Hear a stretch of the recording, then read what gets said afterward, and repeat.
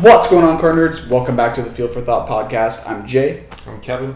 And this is episode 41. This will be an interesting one, Kevin. What are we talking about? We're going to La La Land and Our favorite place to live. Yeah, we've done this before, Dream Garage.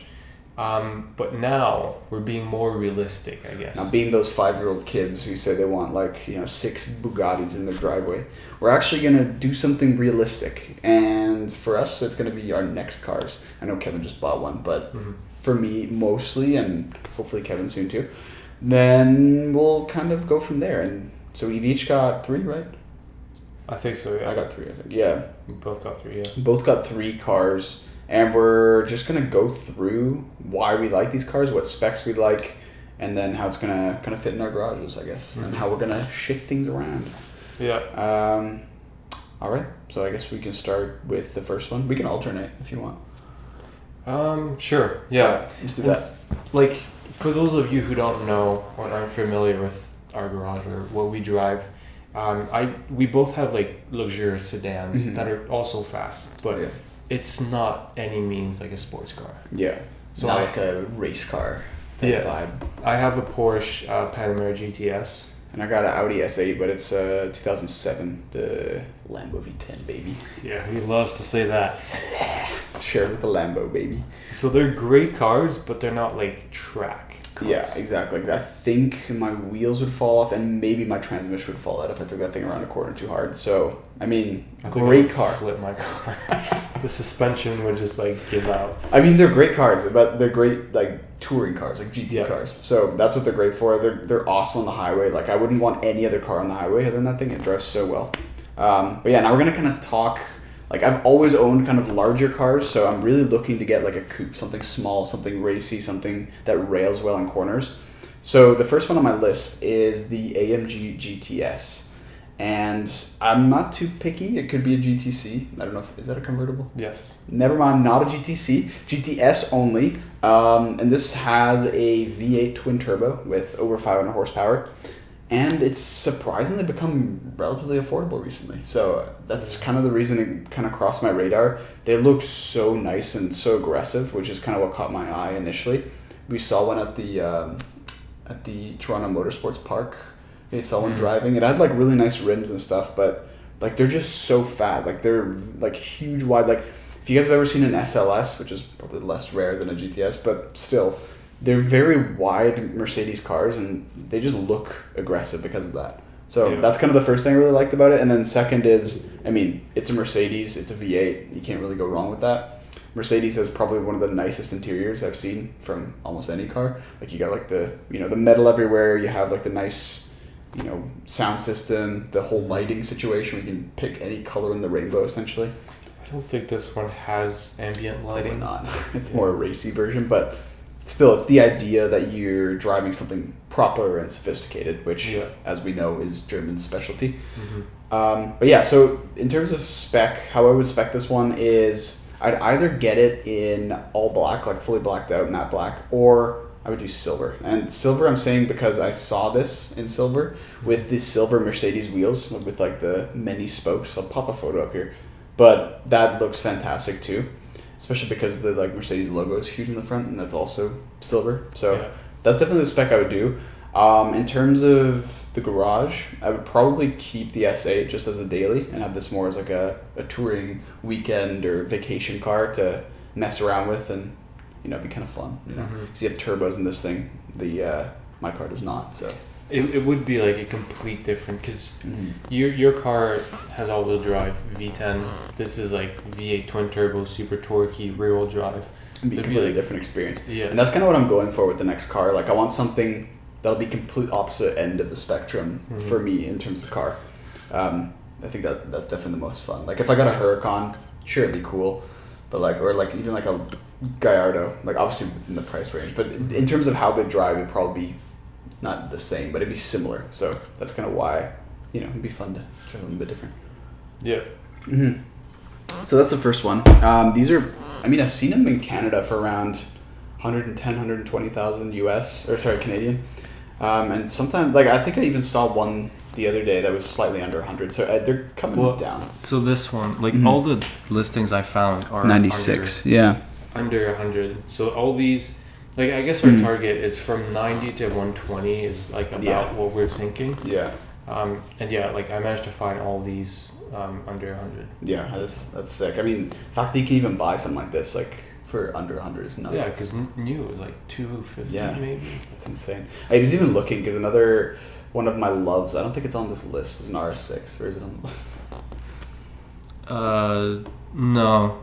Well, I guess RS7. Yeah, RS7, RS6, same idea, but the RS6 just looks so sick. But even those are coming down. Like a 2018, 2019 RS6, they're like, they're coming down like 120, 150. Yeah, a couple of them. They're more like 130. No, okay. Like Yeah, I saw one like 120 or 118, something like that. But they're definitely coming down because they're over 200 new. So. Yeah, because I looked for them because I know it's like your favorite. Yeah. But yeah, it's still. Yeah, wait a couple more years and then maybe it'll come into the price range. We'll have to recreate this, but. Yeah. All right. How about you? What's your first one? All right. So, first one. So this one's pretty funny. I never knew how I felt about the 997 Turbo, Porsche 997 Turbo. And then I got my Porsche and I was like, you know what, I'm a Porsche guy now. So, I really think 997 Turbo would be cool. I would get the 997.2 because the .1 has like... I said, like I know exactly what the difference is, but I don't even know what the difference between 911 and 997. So it's 911, 997 is the generation. .1 is like the first one, .2 is the facelift. Oh, okay. So they do like dots to like signify different models. Interesting. It gets so complicated. And then, so 997 is the old one, 992 is the new one. But they're going back, I don't know. It's Porsche because it's Germans are like 9 G-Spec. And I'm like, what the fuck? No, you're on 997, bro, 992. But yeah, I think there's like, it's like the early 2000s. Is that the 997? Is that what this is? Or what's early 2000s, 996. Okay. 997 is, I think they stopped production of the .2 in 2014. Okay, so a little bit of an older model. Yeah, so it'd be like 2010 to 2014. So about the same age as my car. So would you get the S or just the turbo? No, just the turbo. Okay. The S, like, I don't know why. It's only 40 horsepower more or something like that.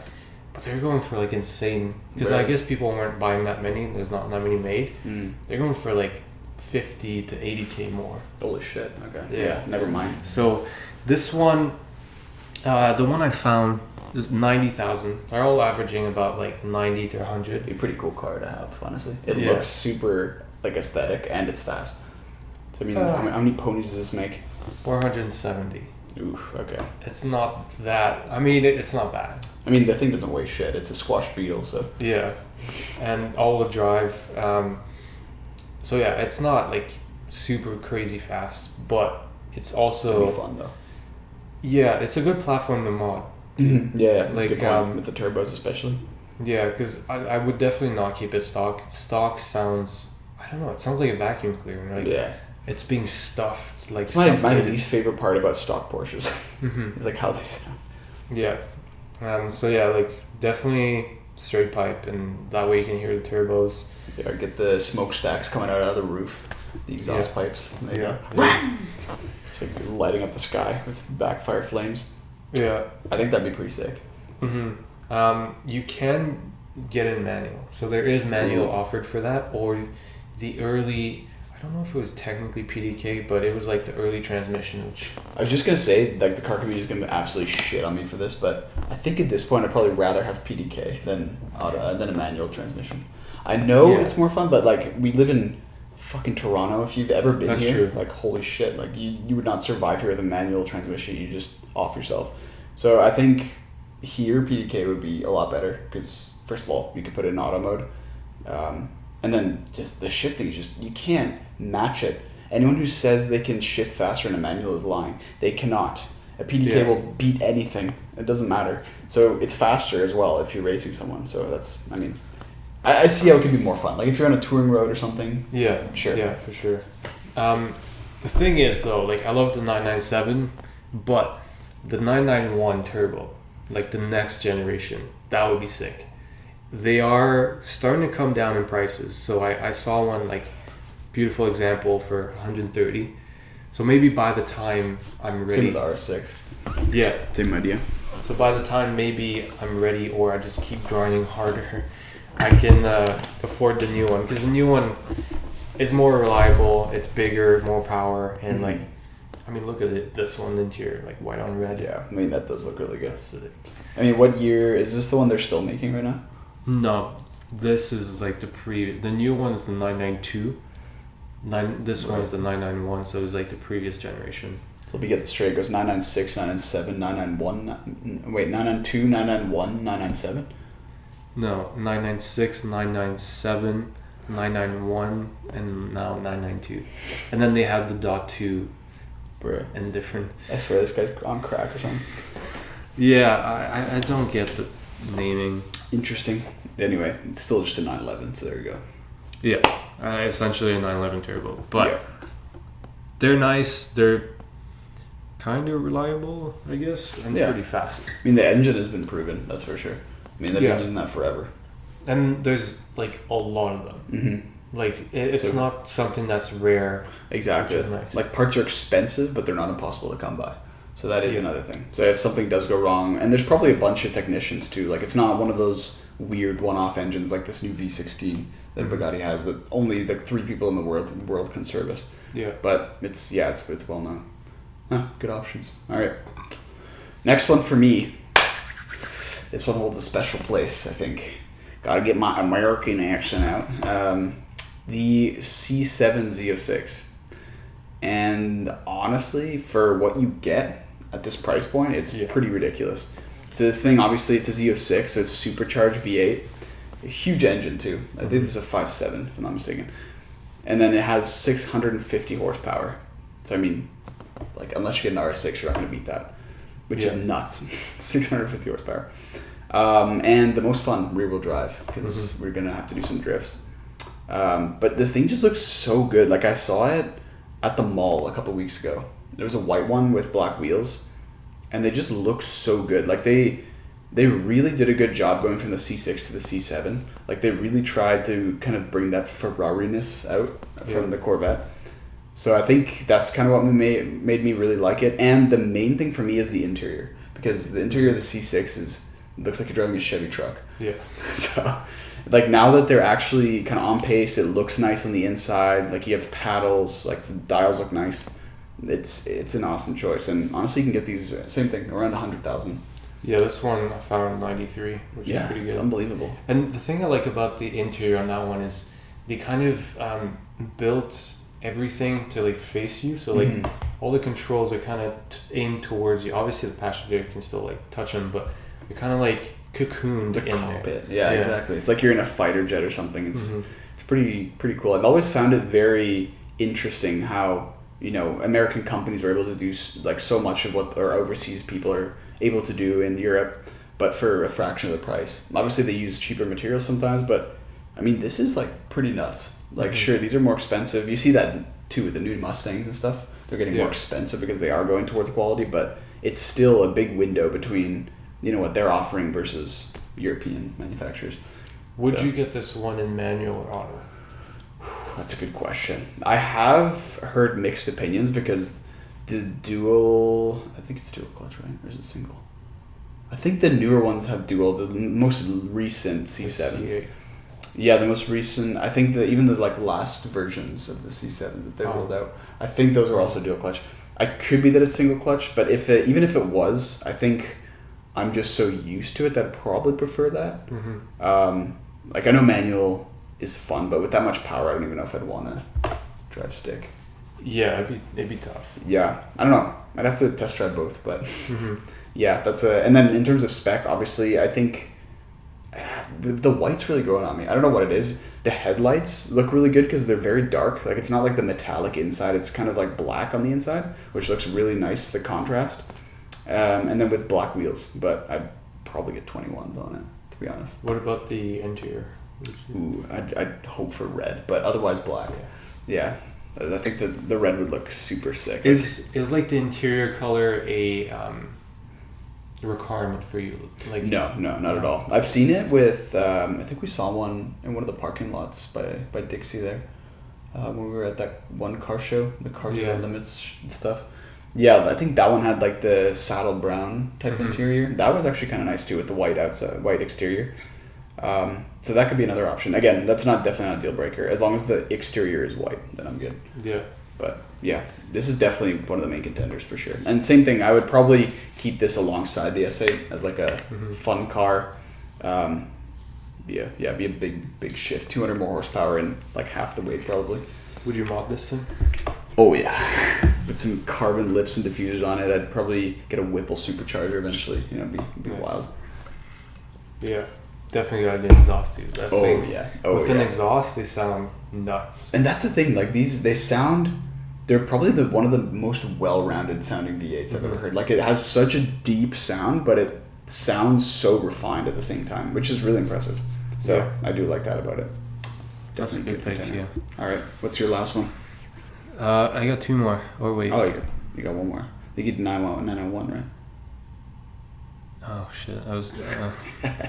You got too excited about your Porsches. Yeah, alright, well, so the last one, I mean, this one is kind of stretching it, an R8, V10 R8. I mean, I think we can all just say that, like, that would be a sick option for anybody. They're probably some of the best cars, honestly.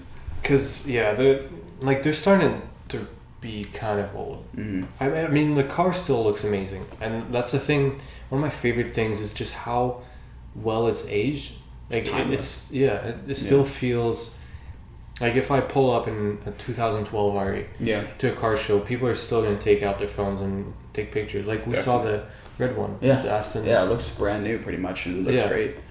Yeah, I have like a poster somewhere that I have from like my childhood. It was like the original 2008 R8, and it just it looks the same. Like it had like the little like LED strip lights under the headlights and stuff. Yeah, like they still look great. Yeah, and I almost prefer it over the new one because I feel like the new one is... The front end looks so bad. Like the blocky headlights. Yeah. And then the grille, like some of them I don't even think it has the Audi logo anymore. They just took it off. They put it on the hood. It's not exactly. That's what it is. It's not my favorite thing. Yeah, so this one, like the first gen R8, I would definitely go for a V10. I feel like the V8 is nice, obviously. It's the same kind of look. Like the V10's a bit different, but same body. I don't know about the V8. I think the price difference isn't enough to warrant getting a V8. You know what I mean? Like it might be like 20,000. Yeah. But like at that point, I might as well just save a little bit longer and get the V10 because it does sound so much more exotic. If I'm honest. Yeah, and I think it's probably the best bang for your buck. Like I can't really think of another exotic V10 that you could get for that price point. That's true. Yeah. Because like obviously the Gallardo, it's pretty much the same car, but those I was looking at like the cheapest one in Canada, and it was still 150. So yeah, they're going up in price for sure. Yeah. And there's a lot more of these made too.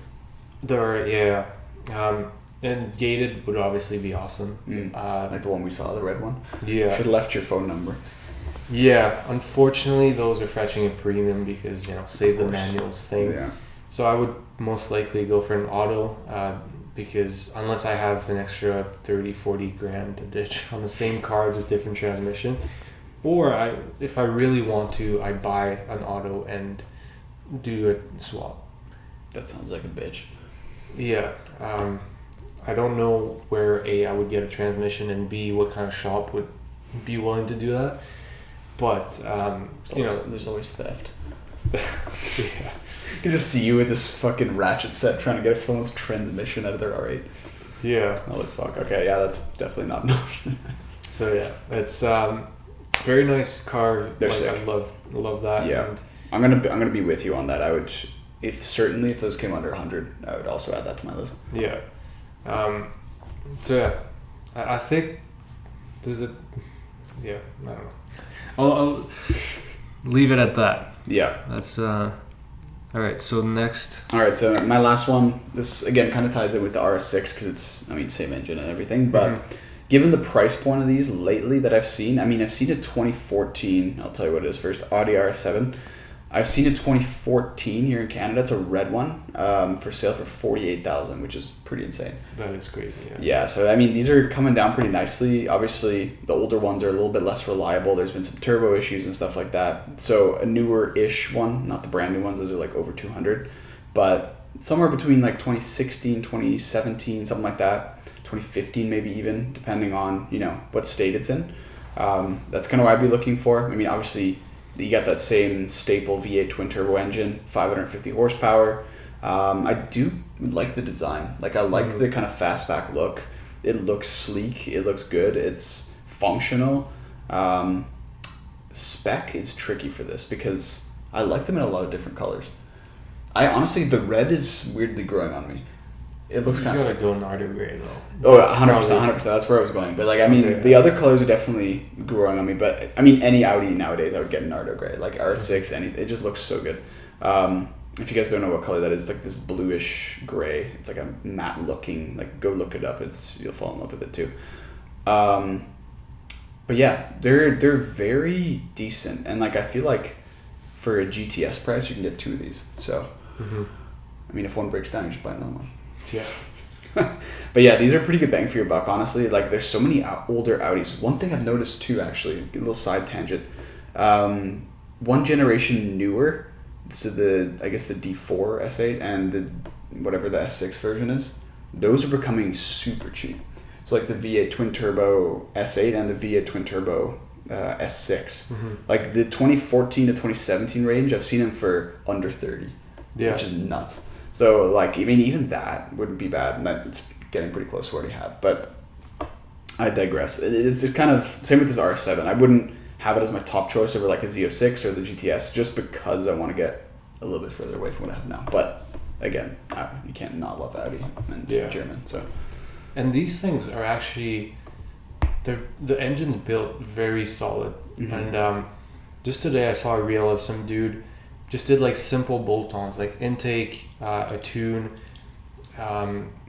He did like a whole meth system, which is like kind of like nitrous. It adds more octane to the, and runs cooler to the engine, which gives it more power. A tune and an exhaust, and he was pushing like 800 horsepower. That's insane. It's kind of like it's turning into like the GTR of like exotic engines. Yeah, it's crazy. Yeah, because it's built to take power. Yeah. The whole chassis. At some point, the transmission is going to start to slip if you do too much power. But I mean, even just getting it, I mean, it's at 550, even getting it to like 600, 650, like even that would be nuts. You get it up to that Z06 territory for a fraction of the price. And you're smoking like most cars, because this thing is all-wheel drive. So you're like launching at lights and like leaving everyone in the dust. Yeah, I mean, and I've heard these things with exhaust too. They sound good. So, hey, that might be the next bet. These, I mean, if they continue to come down and like they're in decent shape, like most of them don't have a ton of miles either, which is surprising. Like I think the most I've seen is like 110,000. I saw it like this one. Yeah, what does that one have? 110. Okay, that's probably the one I saw. I mean, the 67,000. Yeah, like this one, a nice one. There was a lot of them that were like really badly beaten up. Really? Like I saw one for 45. And that one was like 176, and like damn, okay, curved wheels, and the paint didn't look too good. That hurts me. I don't know. Yeah, you can like definitely go low, like really low, but you might buy a lemon. That's what I was thinking. Yeah, like I'd probably, like given the budget, obviously go up to like 70, 75 and get like a good one with low miles, under 100,000 kilometers. That looks fantastic, and you know, you don't have to do any work on, except the bolt-ons, obviously. But until you mod it and you ruin it, yeah, of course. You void all the warranties. But yeah, that's definitely another contender. Fuck, now I want another car. Damn. We shouldn't have done this episode. Some other cool mentions that we didn't cover, but I think were not really things you think about, was the F-Type. Those are really cheap. But if you want like a bit more higher spec, I guess, you can go for the F-Type SVR, which is like the top flagship. Those are also under 100. Really? and the Viper. I would love to have that, like an old school Viper, because first of all they don't make them anymore, so it's very rare, and they're cool cars. I wouldn't say they're fast. Mm-mm. I feel like there's like a big V8 or heavy. V10, but it's just so sluggish. Like you really have to do things to it, like open it up for it to be responsive, because it just seems like, I don't know, a burden to live for the Viper. But it's still a cool car, big V10 manual, short shifter. It looks amazing in my opinion. The last generation of Viper, but they're too expensive. No, they're really cool, and like I think we used to go to this racetrack out in Kelowna, BC. It's called Area 27. It's like this Formula One developed track. But they had August Motor Cars, which is in Kelowna, BC. They had a Viper ACR, and that thing sounded so good on the track, and it looks ridiculous too. Yeah. And obviously not same price range here, but like same body and everything. But I mean, 8.7 liter. 8.4. Yeah, it's insane. So like, I mean, you go around the block and this thing's out of gas. So yeah, that's the other thing. It's tough. Yeah, but I mean, slapping some fat turbos on this thing or something. Can you imagine? Oh, people do. Like you can get that thing to 2,000, 3,000 horsepower. It's insane. Yeah. I guess just the displacement. Hey. Yeah, like the engine is huge, and that's why I'm saying it's like constricted, because like it only makes 600 horsepower for 8.4 liter. Horsepower per liter is pretty low. Yeah, so that's why people are like straight piping it, straight cut gears and turbos, and you can get it for 2,000 horsepower. It's actually nuts. Yeah. All right, now I see the appeal of this. I wouldn't personally do that, because I would immediately kill myself. Yeah, especially those older Vipers too. Like remember we had it on our episode of the death machines. Yeah. But yeah, the new Vipers aren't that much better. Let's be honest in terms of safety. They've gotten better, especially the last generation. It actually handles, which is nice. Still rear wheel drive though. Yeah, but like the fat tires. I don't know if you've ever seen them. Holy smokes! It's some kind of needed to get that power down, honestly. But yeah, anyways, so many cars that are interesting. So many didn't even make the cut here, but like that we have talked about in the past. So maybe I'll have to do a 2.0. But the thing that I like here is it's like there's so many cars you can buy for 100,000, but there's so many like NPC cars. Like none of these that we chose are daily traffic. Yeah. Maybe the RS7 a little bit, but I threw a couple like some nice wheels and a couple like carbon lips. Exactly. And it stands out. Exactly.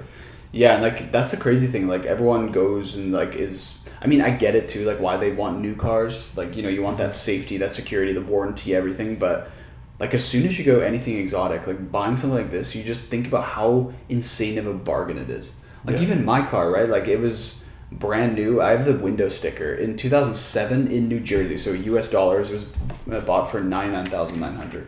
And like with inflation converted to Canadian dollars, it's almost like 180,000 Canadian. But I got it for like low 20s.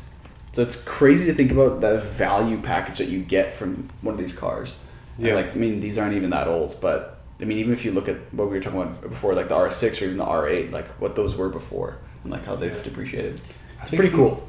People get scared of, because there's such a like a saying about like old used European cars and how like they'll screw you on maintenance, which sometimes is the case. Like my BMW was a piece. Well, it worked. Yeah. It did its job. It never failed me. Except sort of. It didn't stop when you put it in reverse. Yeah, I would do this thing where like I would start it and then put it in reverse and the engine would die and then it would just keep doing that for like 5 minutes. Sounds reliable to me. Yeah, but like it took 5 minutes to start, sure. And then I could drive and I was fine. And sure, it leaked all the fluids, lost everything in the engine. Oil, coolant. Sounds like a dream. The brakes were weird. Sometimes they'd be hard, sometimes they'd be soft. But just imagine being an average person with that car. You'd be like, what the fuck is going on? Yeah.